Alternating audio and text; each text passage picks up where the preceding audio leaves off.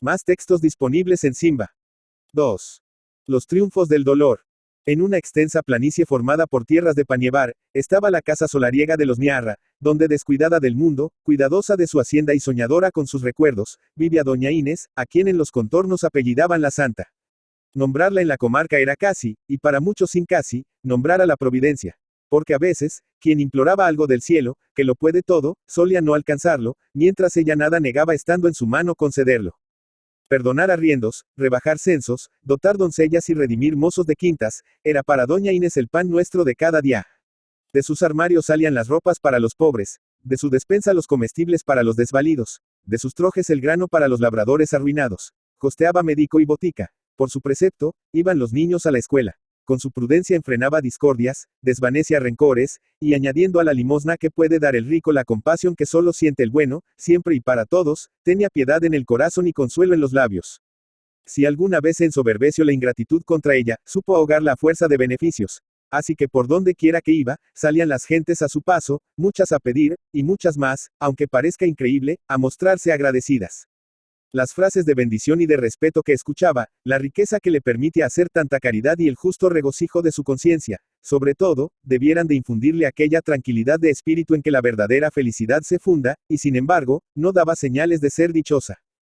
Al recuerdo de amores contrariados no había que achatarlo, primero, porque ni su lenguaje, ni su rostro, delataban la tristeza apacible, pero indeleble, que deja en los resignados el dolor, y, además, porque los años todo lo aminoran, y ella contaba tantos, que bien podían haberle ido borrando del pensamiento las memorias tristes, por muchas que tuviese. Sus ojos, y su boca no sonreían con la tranquila melancolía de quien sufre, porque recuerda, ni eran los suyos sinsabores, medio consumidos, y acaso poetizados por el tiempo, eran penas vivas, recientes, de las que la 3. Imaginación agrava cada día y roban más sueño cada noche. Ante aquella mujer, buena y sin ventura, el alma se sentía invadida de tedio y desesperanza, porque aún engendra más escepticismo la desdicha del justo, que la prosperidad del malo. Tenía 2 hijos, Marcelo y Luciano, de tan opuesta inclinación, que nunca pudieron vivir en paz. Cuando niños fueron sus juegos diferentes, cuando jóvenes distintas sus aspiraciones, y hechos hombres, antagónicos sus ideales, de modo que jamás hubo entre ellos concordia ni armonía. Marcelo era apasionado y vehemente, todo imaginación y viveza. Luciano reflexivo y tranquilo, todo razón y calma.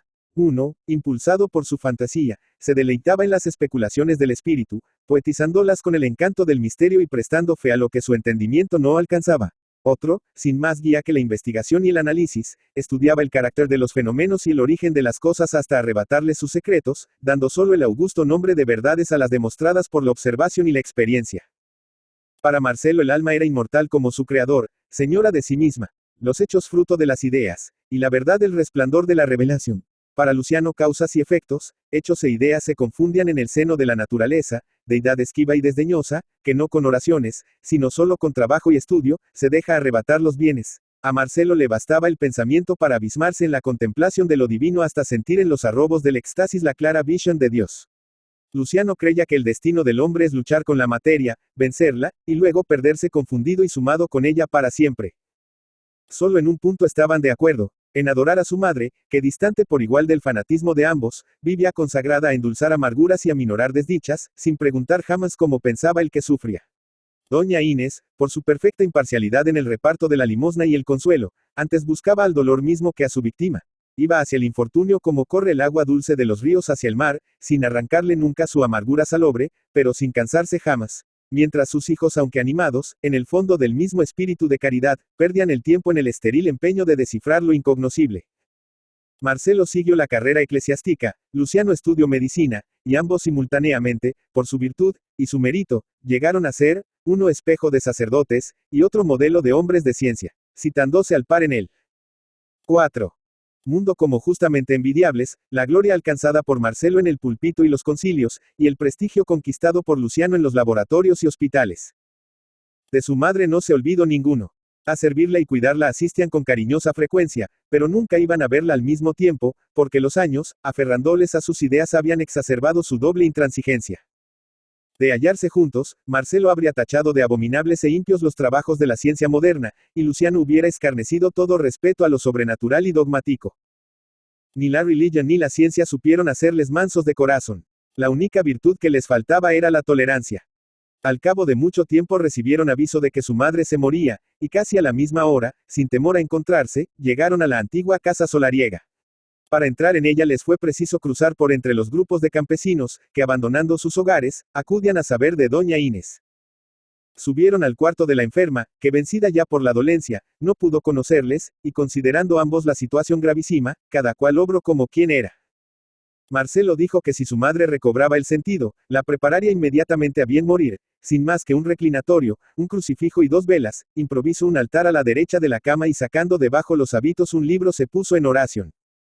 Luciano, después de hablar largamente con el médico que la había asistido, para enterarse de la índole y progresos del mal, resolvió no apartarse de allí un momento, apurando cuantos recursos le sugiriese aquella ciencia que tanto amaba, y de que entonces había menester más que nunca.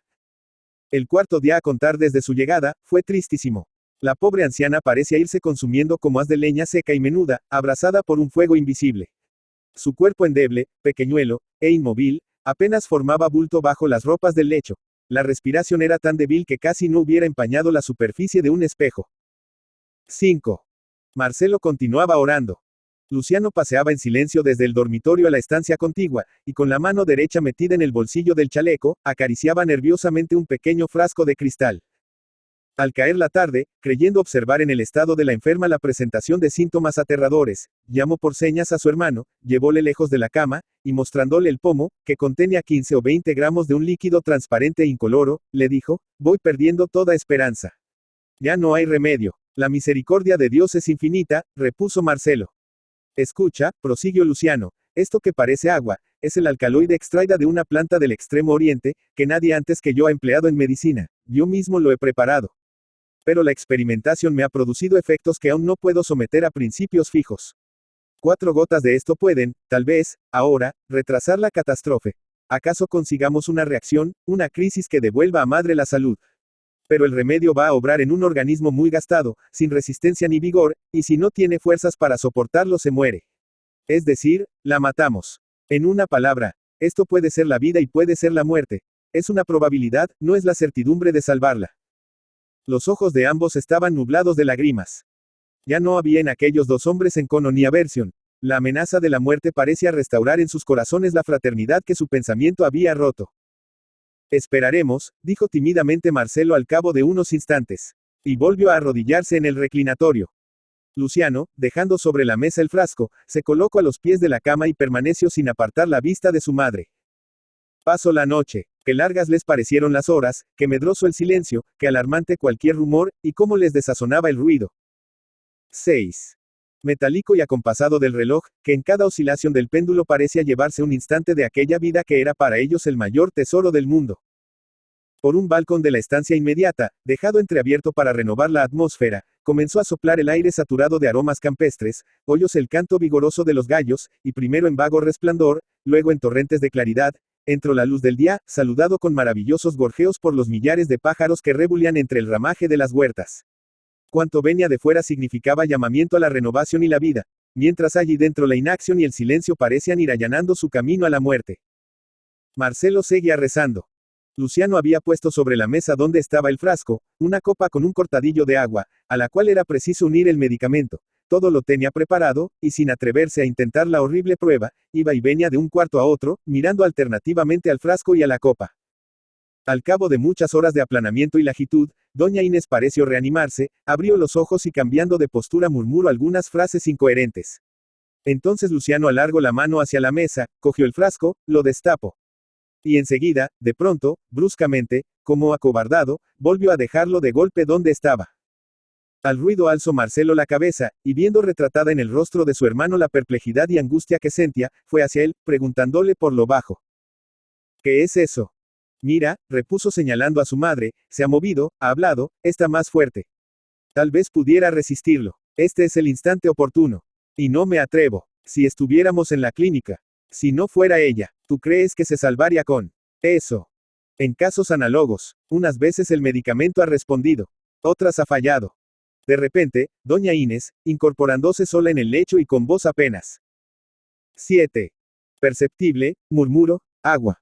Ellos se contemplaron de hito en hito. silenciosamente, leyéndose en los ojos la incertidumbre que les consumía, mientras la anciana repitió sordamente: agua, agua. Aquella voz que temían no volver a escuchar nunca les removió el fondo del alma, agitando y trastornando de tal modo sus ideas, que cada uno, sin darse cuenta de ello, buscó la salvación de lo que amaba, no en los medios que le eran peculiares y propios, sino en aquello mismo que por serle ajeno, desconocido y contrario, adquirió a sus ojos las proporciones de lo maravilloso. En aquel momento supremo vaciló la fe del creyente y se quebrantó la incredulidad del escéptico, el místico se sintió mordido por la duda y el desengañado se dejó seducir por la esperanza. Todo lo trastornó el brutal zarpazo del dolor.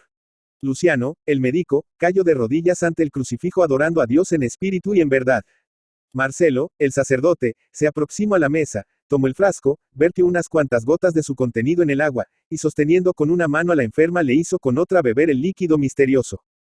Mientras el médico pedía misericordia al cielo, el sacerdote se echaba en brazos de la ciencia. Llegó al cielo la plegaria. Obró la substancia química sobre el organismo. De allí a poco doña Inés comenzó a mejorar, recobró la salud y fue de nuevo durante algunos años alivio de pobres y consuelo de tristes. Los dos hermanos procuraron desde entonces no hallarse frente a frente. Cada uno de ellos era poseedor del secreto del otro y ambos se sentían avergonzados por aquel pasajero desfallecimiento que a nadie confesaron. Quedóles el convencimiento de que en el mundo había algo que les era común y propio por igual, algo que todo lo perturba y equipara. El dolor, deidad suprema que puede sembrar la duda en el espíritu del creyente y 8. Hacer que brote la esperanza en el pensamiento del incrédulo. Pero alejado el peligro renació en su corazón la intransigencia, y ni Luciano atribuyó poder a su oración, ni Marcelo creyó en la eficacia del remedio. 9. Jacinto Octavio Picón. Jacinto Octavio Picón Bouchet, Madrid, 8 de septiembre de 1852 y Videm, 19 de noviembre de 1923, fue un escritor, pintor, crítico de arte y periodista español, sobrino del dramaturgo y libretista de zarzuelas José Picón.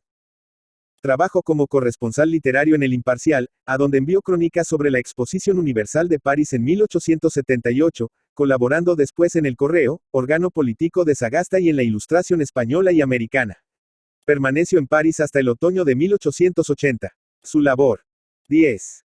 Periodística se proyectó también en la Europa, El Progreso y en los Madriles, y fue colaborador de la Revista de España, El Cuento Semanal, Los Contemporáneos, La Esfera y otras muchas publicaciones.